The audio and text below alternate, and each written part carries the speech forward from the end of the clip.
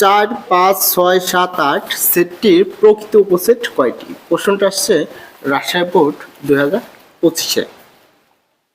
আচ্ছা, আমরা প্রকৃত উপসেট নির্ণয় করার জন্য আমরা যে সূত্রটা জানি সেটা হচ্ছে 2 to the power n minus 1। এটা হচ্ছে প্রকৃত উপসেট নির্ণয়ের সূত্র। আচ্ছা, এনটা হচ্ছে কোন সেটের উপাদান সংখ্যা। এই যে সেটটা আছে এই সেটের উপাদান কয়টা আছে? 1, 2, 3, 4, 5, অর্থাৎ n এর মান হবে এখানে 5। তাহলে এই জায়গায় যদি আমি n এর মান 5 বসাই তাহলে কত পাই? 2 to the power 5 minus 1। 2 to the power 5 মানে কত? 32 মাইনাস 1 সমান 31। সো অ্যান্সারটা হচ্ছে খ।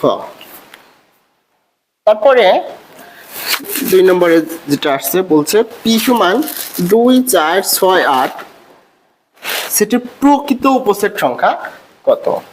একইভাবে 1 নম্বরটার মতো আমরা সলিউশন করব। প্রকৃত উপসেট নির্ণয় সূত্র 2 to the power n minus 1। তাহলে এখানে n এর মান হচ্ছে উপাদান সংখ্যা 4টা আছে 1, 2, 3, 4। তাহলে n এর মান আমি এখানে বসাবো 4। 2 to the power 4 minus 1। 2 to the power 4 মানে 16 মাইনাস 1 সমান পাচ্ছি 15। সো অ্যান্সার গ। তারপরে আমরা 3 নম্বরটা যদি দেখি, 3 নম্বরে বলছে a সমান 1, 2, 3, 4 বলে a সেটের প্রকৃত উপসেট সংখ্যা কত?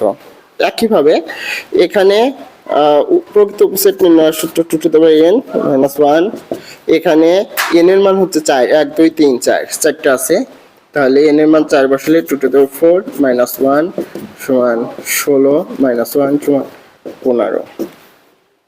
গণম অ্যান্সার। এই প্রশ্নটা আসছে 3 নম্বরের প্রশ্নটা আসছে ঢাকা বোর্ড 24 এবং রাজশাহী বোর্ড 20-এ। আশা করি এর মধ্যে থেকেই যদি ভালোভাবে বুঝতে পারো তোমরা তাহলে এখান থেকেই অ্যান্সার করতে পারবা, যেটাই আসুক পারবা। এখন আমি যদি ধরে নিচ্ছি এই জায়গাতে এইটা নাই, উপাদান সংখ্যা এটা কমা দিল, যদি কমা দেয় তাহলে প্রকৃত উপসেট সংখ্যা তখন কত হতো? তখন হচ্ছে এই জায়গাতে n এর মান আমি বসাতাম 3, 1, 2, 3, অর্থাৎ তখন হতো 2q মাইনাস 1। 2q মাইনাস 1 মানে কত? 8 মাইনাস 1 সমান 7। তখন উত্তর হতো 7।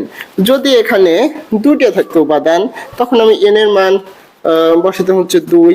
তাহলে 4 মাইনাস 1 সমান কত হতো? 3। আশা করি সবাই বুঝতে পারছো। প্রকৃত উপসেট থেকে এমসিকিউ আসার সম্ভাবনা সবসময় বেশি থাকে। আসলে এর মধ্যে থেকেই কমন পাবে ইনশাল্লাহ। ধন্যবাদ সবাইকে।